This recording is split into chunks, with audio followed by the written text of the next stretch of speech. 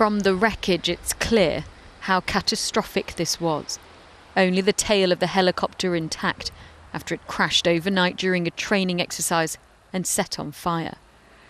A major incident was declared at 3:45 this morning.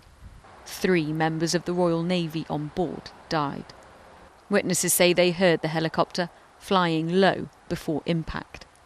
There was this almighty flash of red which lit up the sky. So I assumed from that, and worked out obviously, that he'd hit the ground. And that was about it.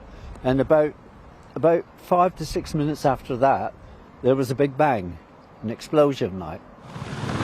It was a Merlin Mk4 helicopter, usually used for moving troops and equipment onto ships. The Royal Navy says it can carry up to 24 personnel. The Prime Minister today acknowledged the need for answers. Mr. Speaker, I'm also aware of a Royal Navy helicopter crash this morning in Devon.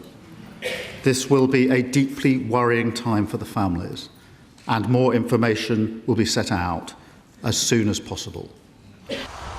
There was disruption on the roads as 7 fire engines worked to put out the blaze at the crash site, and teams started investigating the scene.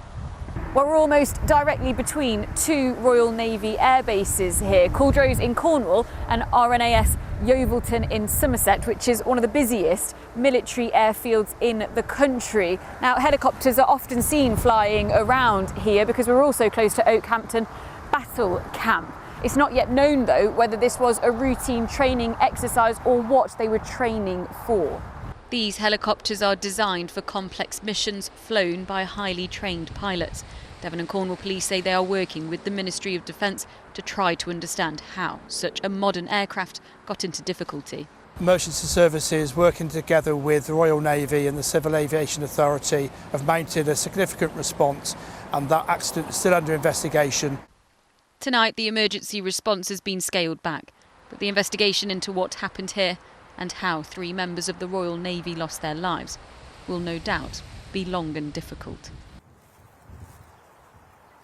Well, we're about half a mile from the crash site. It's believed the helicopter had flown from RNAS Yeovilton in Somerset, circled several times here before disappearing off the flight tracker at about 2 o'clock in the morning. Now, this part of Dartmoor is used regularly for military training because of the rolling hills and valleys. This landscape means troops can practice complex military missions, not only the Royal Navy, but it's also used by the Royal Air Force too. There is a strong military connection here, but also a strong connection to the royal family. Today, King Charles, who undertook his helicopter training at RNAS Yeovilton, says he will privately message the families involved, and the Princess of Wales has shared how saddened she is. Speaking about the 3 service personnel, she said, "William and I will hold their families and friends in our hearts at this difficult time."